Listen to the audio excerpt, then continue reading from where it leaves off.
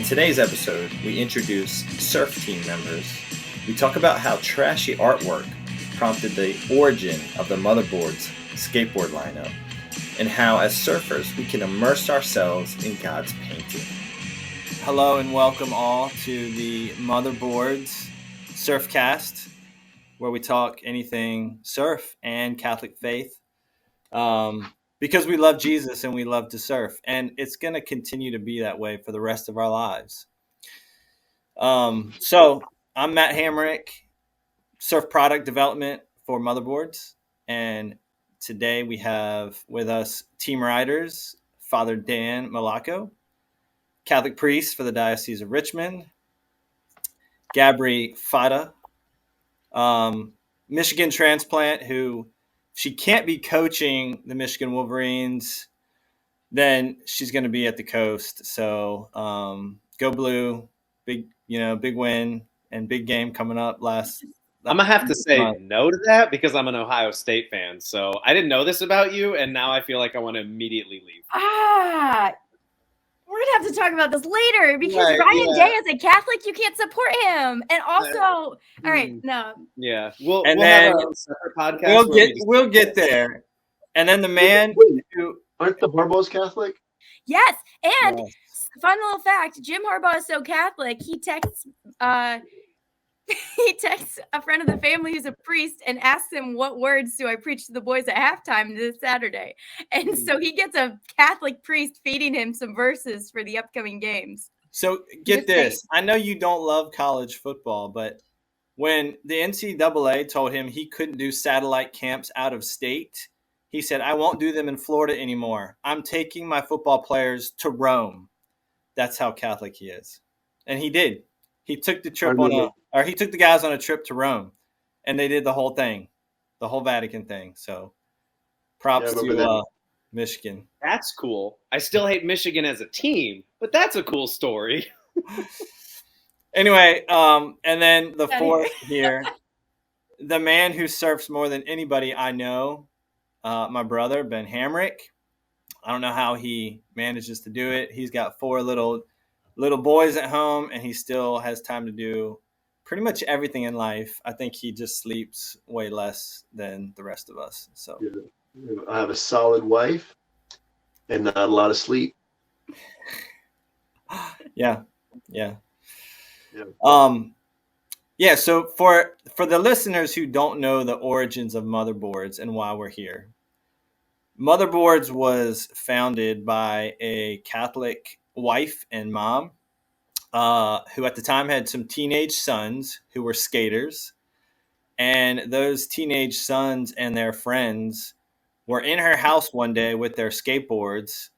And she looked at the skateboards, and the artwork on those boards was less than desirable. It was trash. It was culture of death. It was skulls and death and drugs and naked girls. And at that moment, Lisa Fixler said, that stuff is not staying in my house. And in that moment, she said, I am going to start a Catholic skateboard company. She was already in the Catholic retail space, so it wasn't too difficult to kind of make that jump. But from the beginning, she always had this vision to make it a Catholic sports company, skateboards, snowboards, and surfboards, and to use inspiring and uplifting art to put on those boards, not just to start a conversation, but to, inspire a better way and shine a light. So that's why we're here. These are the surf team members, and we're here to talk about our lifestyle around the ocean and surf and our Catholic faith. And again, trying to shine a light in places that maybe are a little dark or people that need some hope. And I think just connect people to what they're all already naturally drawn to, and the creator and what he does through all of these sports, but particularly the ocean. So, but I'll let you introduce a little more about yourself. Father Dan, I'm going to let you go first. And then how you got connected, or how you found Motherboards, how you got connected to Motherboards. you've been here kind of an ambassador since the beginning of the surf arm. So go ahead. You're Muted. muted. Hey, that's an important. Thank you. Just let him go. Yeah, just let me talk for an hour on mute. That'll be better. But what I was going to say is, unless I'm mistaken, I believe Matt and I were talking at a retreat that we were both helping out at for high school kids, and you were either just getting you were about to go to the NCYC, and you had just gotten the first, was it Stella Maria board? Correct. And I looked at you and I said, you have to bring it by my school. We have mass coming up. The day you leave, let me bless it. And I preached about it. I made the whole homily for the school that day, preaching off that surfboard and all the religious images that were there, tied it in with the readings. And then you were the one that told me the first water that touched that board was the holy water I used to bless it. So... Correct. From there, it's just kind of you said, "Hey, do you want to be involved in this?" And it's like, "Yeah, absolutely." The first board that Motherboards ever built, surfboards, the first water it ever touched was holy water, and Father Dan was holding this thing up as he preached to all these kids, and he was preaching it, y'all. He was preaching it. He almost made me late for my flight because right from there I had to hop on a plane and get to NCYC. And it was a struggle to get there, but it was beautiful. The kids loved it. They were yeah. That's a solid start for the business. Yeah. Lisa was pretty stoked that holy water touched that board before anything else.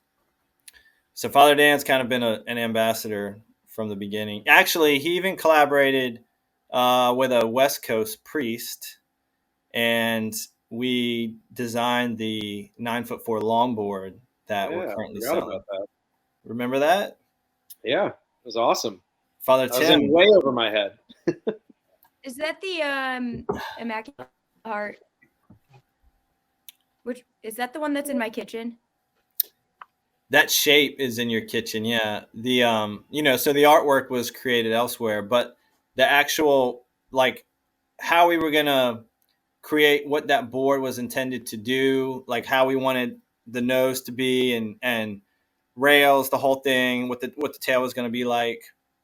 Father Dan and then Father Tim on the West Coast. He's a chaplain in this Catholic school in LA.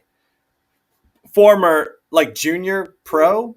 He was a pretty baller surfer in his day. We all kind of talked about it and came up with that shape with the board builder.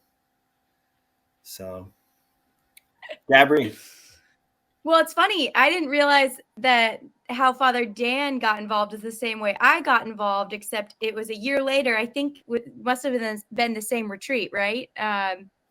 My fun fact for the kid for being introduced to the teens was that I had something about competing in a surf comp, and Father Dan pulled me aside after. He's like, "You got to talk to Matt. You got to talk to Matt Hamrick. I'm telling you, we're gonna get Motherboards out there in the lineup." And I was like, "That sounds sick." And I think Father Dan and I geeked out about surfing. I knew that you surfed, Father Dan, but I didn't. I mean, obviously, there was a bond that was formed when we realized the mutual depth of our devotion to the ocean. And so I think it just started with a group text between Father Dan, Matt, and me about, hey, you guys should talk. I think I said, we need to get this girl aboard or something like that. Yeah. Oh, that's what it was. Yeah, get this girl aboard.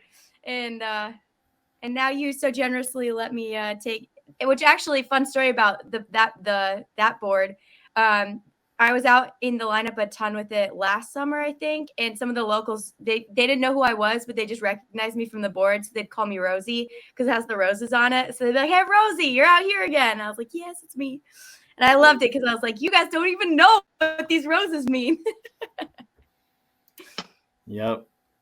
And I rode that board quite a bit until, when you got reassigned, it was like someone needs to be riding this board. Yeah. More. So Let's See, I get think I've ridden it once. That day that you, me, and Brother Dismas were out there. Was that the day the board builder brought it up for us? Yeah. Yeah, Okay. he brought it up from North Carolina. You need to ride that board more. Because Agreed. that day was like 2 foot slop and Yep. messy, and it was just bad. It was bad. So we got to get you out there on that board again. Yeah. Well, it's tough living up in the mountains to get out to the breaks at dawn, you know. Little dawn patrol. Let's get up Take early.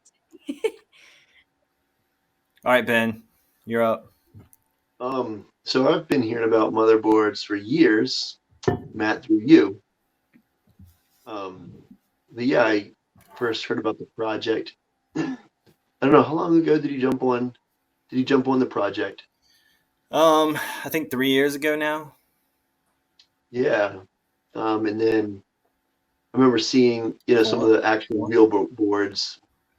But as Lisa would, agree or came up with, there's a need for that kind of artwork on boards. Jumping back to the skateboarding part of it, almost every skateboard out there is a 7 or 9 ply maple or Baltic birch. They're all the same. So what sets them apart? They're connected to possibly some pro who's hawking them, helping them with their sales, or they have really neat artwork that the kids want or that the adults want. So I don't know. From the beginning, I thought it was a pretty neat project. I'd like to know how many pressure dings it had by the time you got that one board, Gabry. But it seems like Motherboards is interested in putting together not just unique and, say, Christian and Catholic artwork on boards, but really build them out of the best materials. There's probably a whole lot more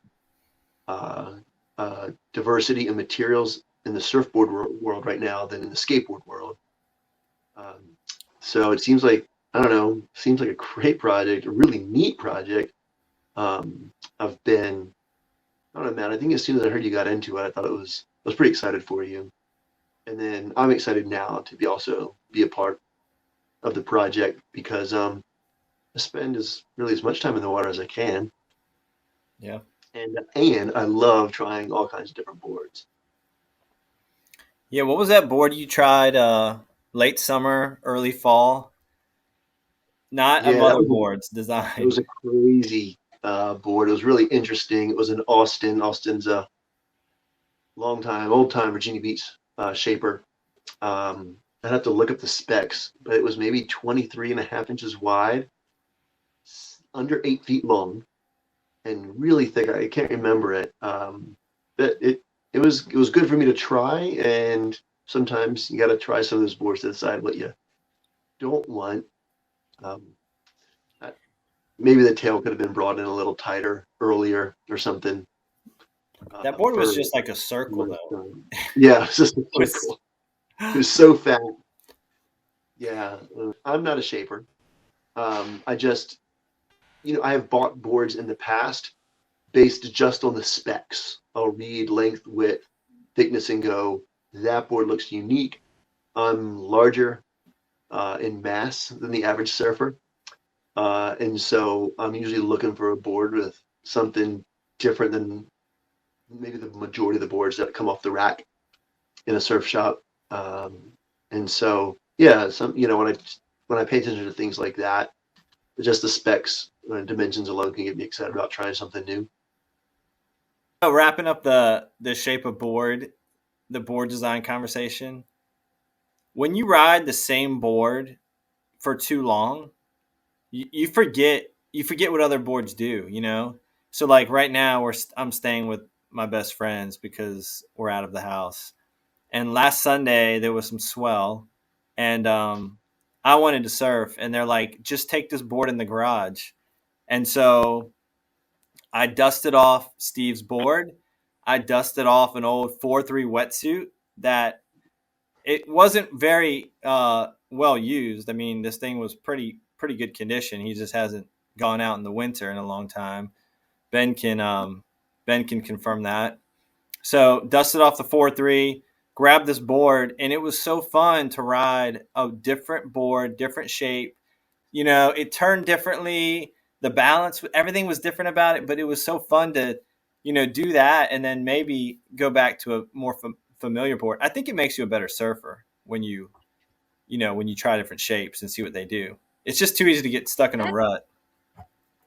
I have a 7-foot foamy that I just randomly pull it out like with no rhyme or reason. And I'm like, let me go play on the foamy because it feels, especially on days where I'm like, all right, I'm going to have to like work to get out back. And I'm like, let me just go like have fun with, and then you see like a guy like Ben Gravy who's like exclusively on foamies. But I'm like, let me go play on a foamy. And then I'm like, okay, that's right. This is what this feels like to turn on a just thick foam board.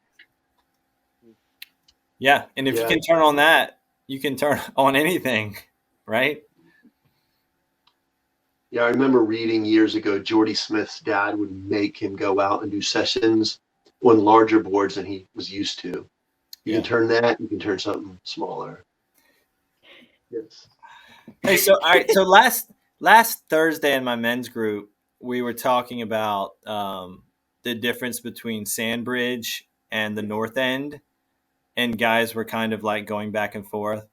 I don't know how it came up. We're sitting around Kevin Green's roaring fire, having good, healthy man conversation before evening prayer. And then one of the guys said, Matt, they know I surf. They said, what's your favorite beach in the world? And immediately my gut reaction is Hatteras Island. And they're like, the guys are like dumbfounded. They're speechless. They thought it would be somewhere else in the world, like somewhere, I don't know, abroad, tropical, whatever. And as I was thinking about it, I was thinking it's hard to separate sometimes what's your favorite beach in the world versus what's the best place you've ever surfed, because as surfers, we kind of tie the two in together sometimes. But when I think about all the sentimental value of Hatteras Island, like 35 years worth of memories and vacations and all the good times with friends surfing there, and, the feeling of being away. Favorite beach in the world? I mean, there's some beautiful ones, but like, that's where I want to be, There's something that draws me down there. So I'm going to hit you with a curveball. Before your favorite place you've ever surfed, what's your favorite beach in the world?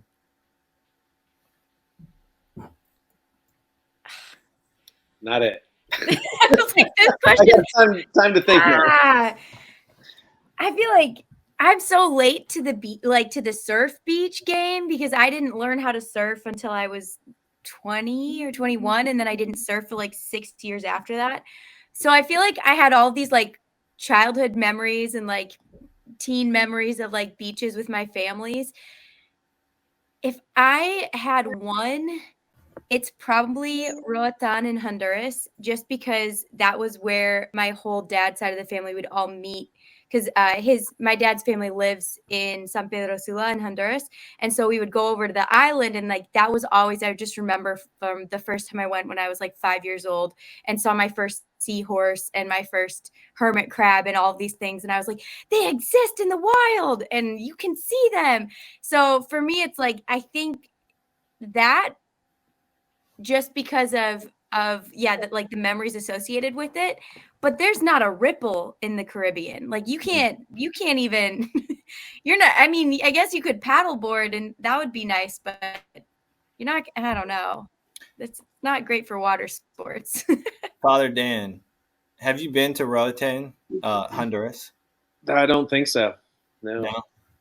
I've been there before, but it's a lame story. It was a cruise. So, but yeah. Did you get to snorkel at all or go into the reef? We did like a jungle zip line, with, I don't know, 12 other people, and it's beautiful there. But yeah, there's no waves because the houses are built right on the water. Like half on the land and like half in the water, right? Yeah. Even with the tides, they're like, it doesn't even matter. Yeah. Well, that gives me a better idea then of my answer, because I was like, I haven't surfed too many exotic places, but favorite beach would just be any one of like the British Virgin Islands that I have visited. You know, like those are pristine, excellent. I would take tropics over anything, you know, if I'm just being lazy. But yeah, favorite beach, Virgin Islands. Yeah. It's definitely a tough one as well. I mean, so without surfing in my life, I probably have zero traveling in my life. Yeah. Yeah. Like I would have never been to Australia, and if I hadn't gone once, Matt and I have been twice. Probably wouldn't have gone again. We You went know, there not for World Youth Day. We went to surf, and World Youth Day happened to be going on at the time. yeah, a little bit more kind of the church sponsored. I feel like one of the prettiest beaches I've ever been to was there's a beach at, and this is not for surf, by the way, although I did surf it, it was very small, is the Bellows Airfield Beach Park in Hawaii is unbelievable. Really, really pretty. Um, I'm a fan of the Superbank in Australia, and somehow I've only ever been there with offshore winds. And then, I mean, I love our local break here. You know, the place that you surf the most, statistically, the chances are going to go up that you're going to end up getting really good waves some of the time if you're just there all the time. And so I think most of us probably feel some connection with our local break. I mean, I have to agree with Matt. It's hard to beat Hatteras Island because you're likely looking at slightly better waves and guaranteed less crowd. But probably, for instance, I mean, to jump back to Hawaii, my favorite break, I could surf Waikiki on a longboard all day. Yep. All day, every day. It is, you know, it's just beautiful. And it's such a mellow wave a lot of the time. I understand it's not always that way. But there's so many breaks out there at Waikiki. I mean, Waikiki is a very broad term for a whole lot of breaks. You're going to find something really fun, really good. And when people talk about Hawaii or Honolulu and Waikiki being too much concrete and overbuilt and it's not the real Hawaii, yeah, paddle offshore. Get out there in the water. There's no concrete. There's sea turtles, fish swimming around, crystal clear, you know, beautiful water. And looking back at land, there's a whole lot of green once you're out there. So, yeah. I've always said that about Waikiki. It's when you're in the city and on the beach, it's a mess. There's too many people. Yeah. There's too much going on, and it doesn't look like the postcards. But once you get in the water and you get in this, it's like another world. Once you get in the water and you paddle 100 yards offshore, then you're looking back at all the beauty, and it doesn't feel loud and dirty and crowded. It's like, this is where I should be right now, you know? Yeah. Yeah. So my answer covered a lot of different places, but there's definitely beaches I've been to that I'm not interested in going back to as well. I want to know that answer. Yeah, I know. For your worst beach experience. I'm not going to go dirty. I'm not going to go dirty any of these places. Like what? Like the crowd, is the water bad? Like, oh, maybe it's the beach crowd. I don't know. Yeah, I mean, yeah, no. Normally I can kind of see past the crowd, figure out if there's going to be a good spot or not. But yeah, without surfing, I don't think I leave. I don't think I do much. excuse me, much traveling in my life, because so much of my traveling has been surf travel related. Yeah, I was telling Gabry recently, any photography that's worth anything, that's good, is a product of travel. And that travel is always where the land meets the water. And I'm a sucker for that that photo always, There's Yeah. something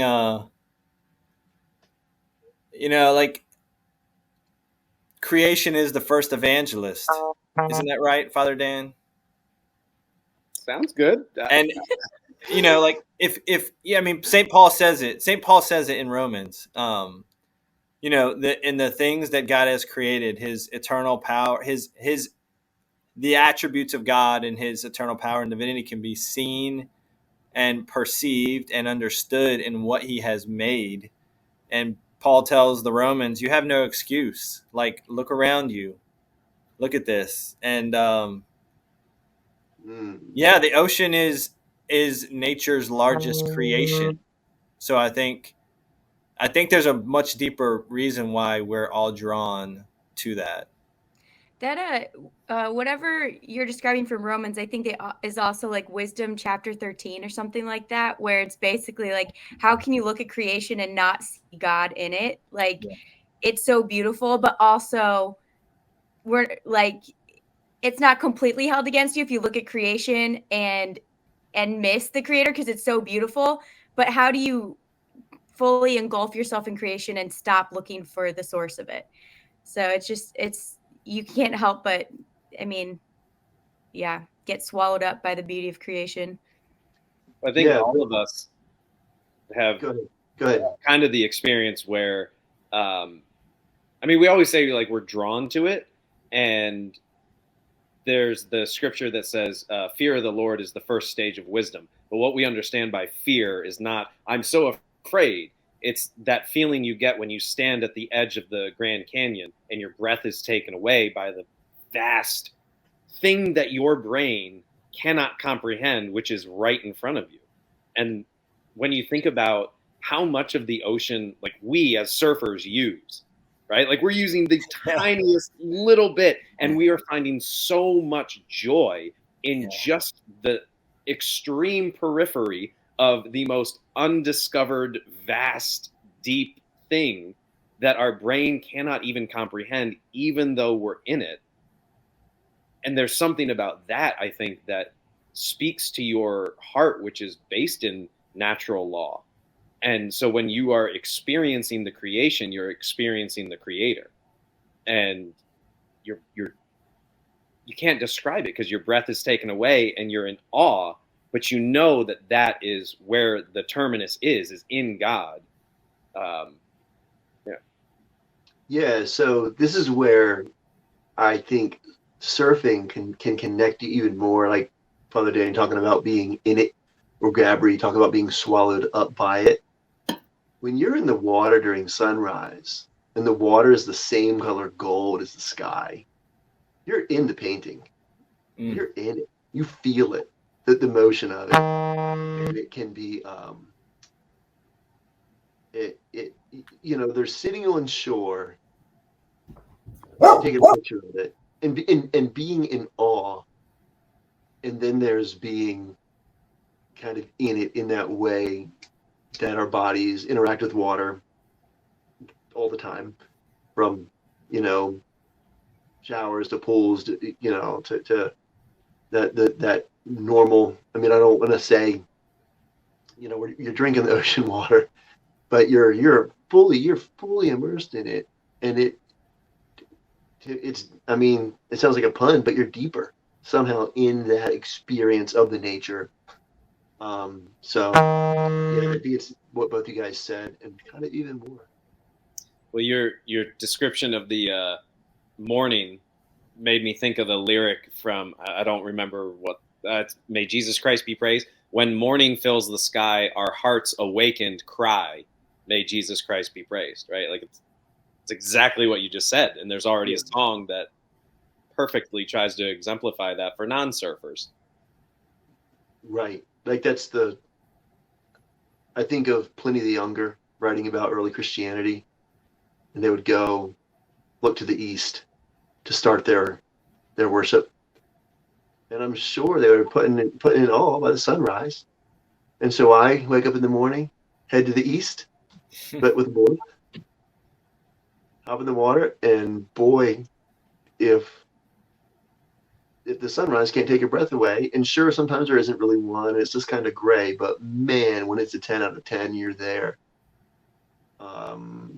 It puts your day in the right spot, puts your heart of gratitude, puts you in a sense of awe, thankfulness, all of that. I don't know if this is a tangent, but Ben, where do you surf dawn patrols? Do you have a favorite spot for dawn patrol? Yeah. So, yes. So I'll make exceptions for my brother or some friends who are trying to go somewhere else. But I go to First Street, though that's kind of my community, kind of my crew. The wave is going to be better there the far majority of the time, more often. And then if you're not really supposed to surf by yourself anyway for safety reasons, I'm going to have friends there every time. I was telling Matt about that actually, because I was saying how I get nervous surfing in Sandbridge sometimes because I'll be out there like nobody's on the beach, nobody's in the water.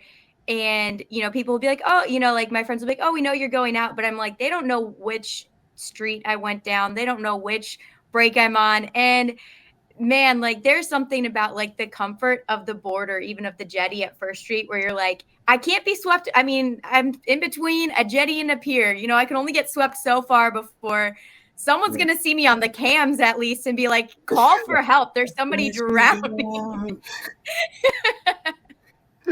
Absolutely. Yeah, I guess there's some of that. Oftentimes there's some local knowledge there if you're talking beforehand, the sets are separated or this and that. There's a group of guys, I'm proud to call myself one of them, who surf really not dawn patrol but pre-first light. And so there isn't a crowd when it's really just a glow. When it's pitch dark outside, there's no crowd. Yeah, when it's dark, there's no crowd. But I tell you, still need the moon to navigate the wave. That's where. Hey, but moonlit surfs are pretty cool. I usually. Yeah, well, let me throw in one other thing. So before the change for daylight savings came, it was really really dark to surf before work. But with a clear sky, no moon, and you paddle far enough out, I saw more stars than I've seen in any place in 10 years. And then the sun came up. So yeah, the moon's good too. Moon helps. But yeah, I mean, I surf sometimes what sometimes people would call the dark. The sun is not visible at any horizon. Everyone who can perceive light would call it the dark. Yeah, but first there's a glow. First there's kind of civilian. Yeah, you have the different layers of dawn patrol. What is dawn patrol? It's 2 hours prior to sun. And for someone like me, I'm probably always missing you, Ben, because I'm like. Yeah, I'm gone by the time second shift shows up. Yeah, Gabry, I always miss. Well, I see Ben when we cross. He's leaving.